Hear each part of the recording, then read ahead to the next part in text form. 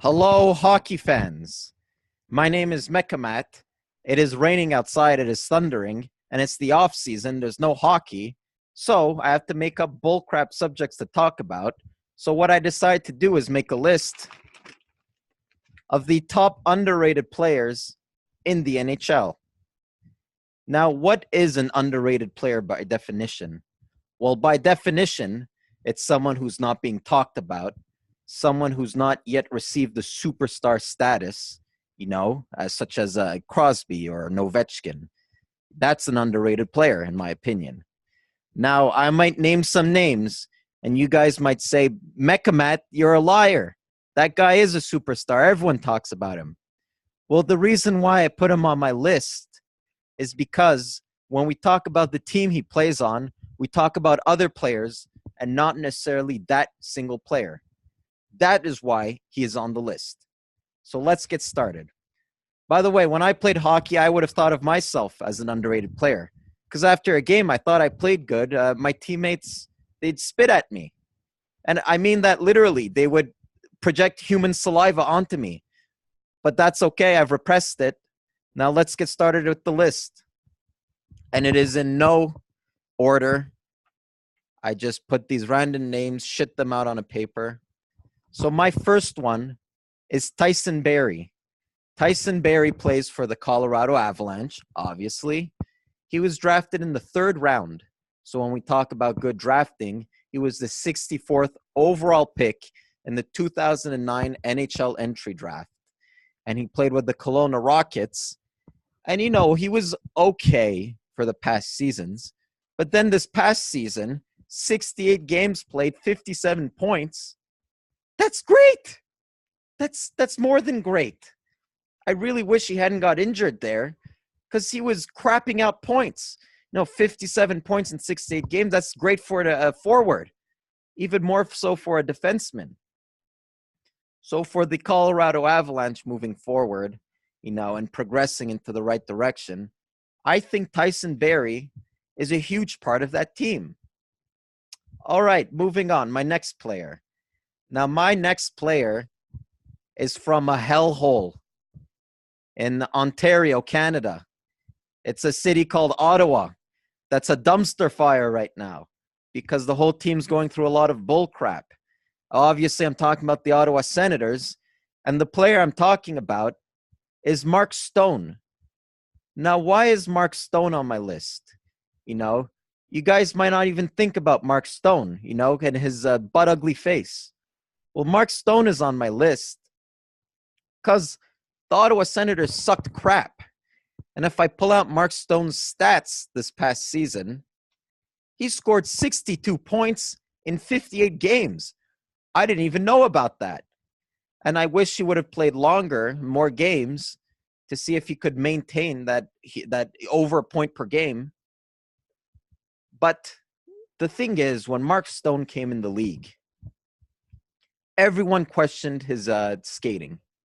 No one wanted to draft him because he was a crap skater. And that's why he fell to the 6th round, drafted 178th overall in 2010. It's because of his skating. Well, Mark Stone is proving the naysayers wrong. And he just scored 62 points in 58 games this past season. Mark Stone is an underrated player. And by the way, speaking of stones, I just rewatched Harry Potter and the Philosopher's Stone. It's a great movie. That is an underrated movie. I don't know what the naysayers are talking about. I love the Harry Potter films. But back to hockey. My next player, his name is Anders Lee. I've never met a man called Anders. But this guy's a good hockey player. He scored 40 goals. When we talk about 40 goal scorers in the NHL, we think of Ovechkin. We think of maybe a Stamkos, way back when. No one thinks about Anders. Hey, what's Anders? Who's Anders? What does Anders even mean? No one thinks about Anders Lee. He scored 40 goals this past season, 22 assists for 62 points. And the season before that, he scored 34 goals. Now, is this perhaps the Tavares effect, of playing with Tavares? And now that Tavares is gone, could he maintain that goal total? It's yet to see. But in the meantime, Anders Lee is an underrated player.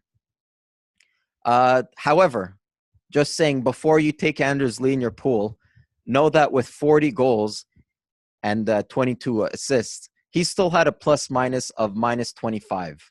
So keep that in mind. I wonder how much of those goals came off the power play, where the plus minuses don't register. But moving on in the list, and I'm not moving far from New York Islanders. And you know what? I've contemplated putting this guy on the list because I don't know if he's necessarily underrated. But so many people talk about how Tavares carries the Islanders, how it's the Tavares show, and how he carries them on his shoulders. No one talks about Matthew Barzal. Okay, and I know you might not think he's underrated, but the reason why I say he's an underrated player is because he had 85 points as a rookie in 82 games. And guess what? That's the point per games is higher than Tavares' point per game, believe it or not. So everyone's talking about Tavares going to Toronto. Matt Barzal can carry the team in the future. My next player, Corey Crawford. Corey Crawford, good old Montreal boy from Canada. Corey Crawford. The reason why I put him on my list is because during the Chicago's Blackhawks quote-unquote dynasty, where they won those 3 Stanley Cups, and I believe Corey won 2 of them. Well, everyone's talking about Kane and Taves, and no one's giving credit to Corey.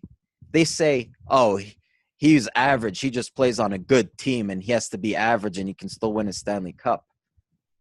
I don't think that's fair.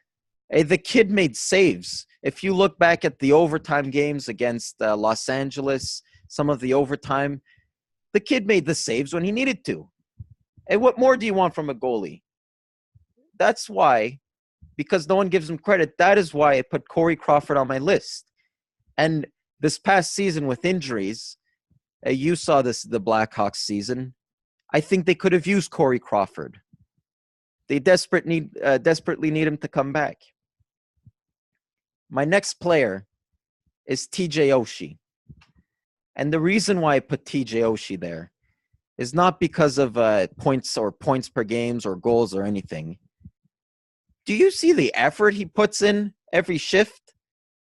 And I talked about teams where we don't give him mentioned. We talk about Ovechkin. We talk about Backstrom on the Capitals. We talk about Kuznetsov. We talk about Carlson. We talk about Holtby. Am I the only guy who talks about Oshie? The kid probably has the lowest center of gravity in the whole NHL. People try to hit him. They bounce off of him.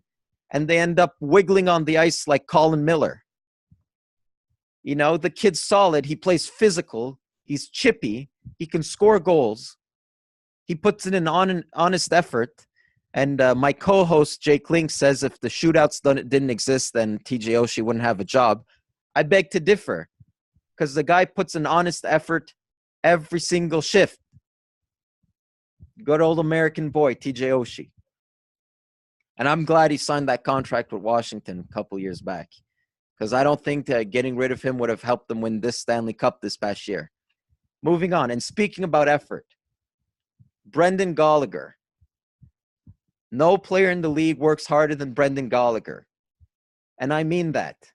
And maybe it's because I'm a Canadiens fan and I get to see the team a lot. But no player in the league works harder than him. Every game he plays like it's Game 7 of the Stanley Cup Final. He scored 30 goals this past season. You know, it's probably 30 of the ugliest goals you've ever seen in your life. But that's okay. They still count. They're still goals. So I put Brendan Gallagher on my list.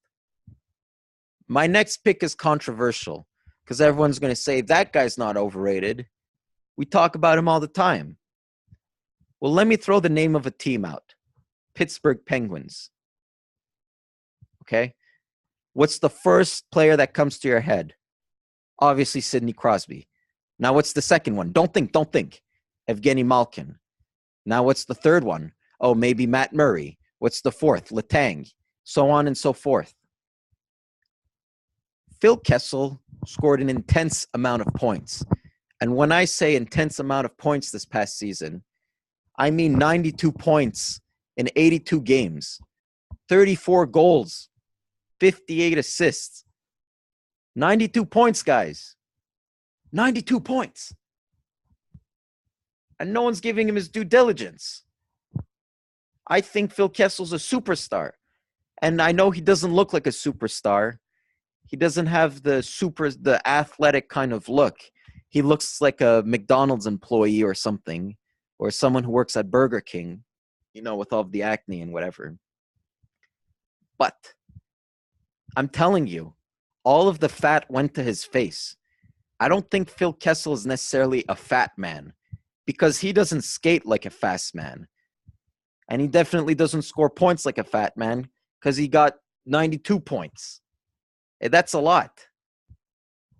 All right. And my next one, an also controversial one. It's Panarin. Artemi Panarin from Columbus.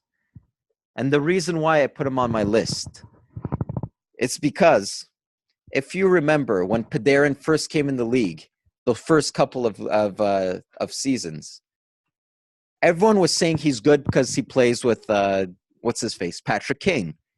No one's giving him credit. They say all of his goals is because of Patrick Kane setting him up. All of the points is because of Patrick Kane. If he went on a line with Patrick Kane, he wouldn't get the points. He shouldn't have won the Calder. He's 27 years old. He's 25. Okay. Well, this year, he got traded to Columbus. He doesn't have Patrick Kane in Columbus. Scored a career high in points. Booyakasha. 82 points in 81 games. And they're saying he might leave Columbus. I hope he doesn't because they need him. They need that centerman.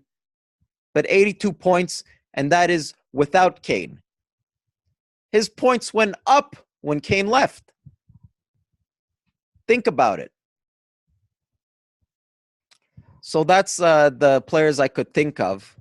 There might be more out there, but I'm not thinking of them. If you guys know some other underrated players, please write them in the comment. Give me your underrated players. And I'm excited to make the list of overrated players because then I get to rant. I get to blow off some steam, if you know what I mean. So in the meantime, thanks for listening. Please like, subscribe, and more videos to come. I'm Mecha Matt signing off.